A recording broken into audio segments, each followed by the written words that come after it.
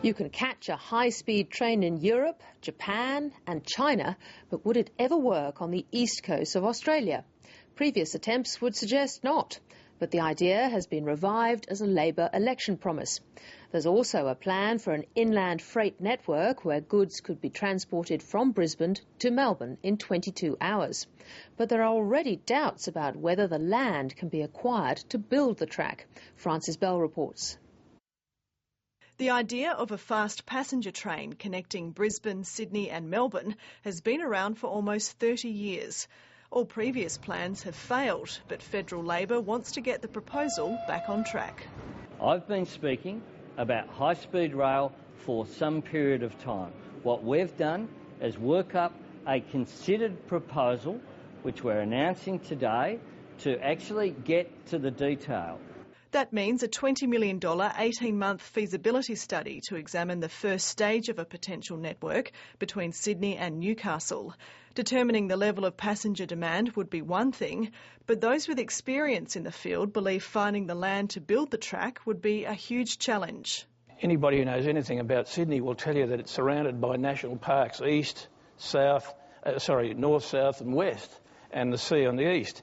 And if it's not national park, it's military.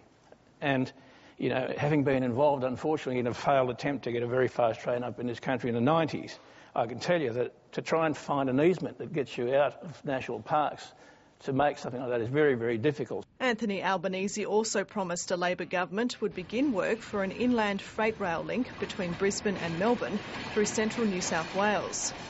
We need to take pressure off the big capital cities. An inland rail route would do just that. A route has been identified in a study by the Australian Rail Track Corporation, which says such a project would involve laying another 600 kilometres of track at a cost of $4.7 billion. But the study estimates it wouldn't be economically viable until 2030, and Labor's plan wouldn't see money flowing until 2014, and that's 2 elections away.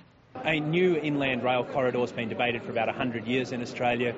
The decision to now settle on an alignment, this has been a long-term study undertaken by the Commonwealth, the decision to now study on an alignment, to settle on an alignment and to begin to acquire the corridor is indeed a very welcome move. But even if it does go ahead, it's a long way off, and delegates at an infrastructure conference in Melbourne bemoaned the lack of projects available for private sector investment right now. The chairman of Macquarie Capital, Michael Carapeet, says it's a missed opportunity because there's plenty of money available to invest in low-risk, reliable assets. As a general rule, these assets range from the dead boring to the barely interesting. Right? And that's the whole thesis. Others at the conference criticised the recent debate about Australia's population growth. And this rubbish that we're at capacity and our infrastructure or what have you can't handle it, it's just rubbish. I mean, we probably waste as much as we use in carbon, water, electricity or whatever. Tony Shepherd argues that Australia will eventually have to move on from its status as a very big country with a very small population.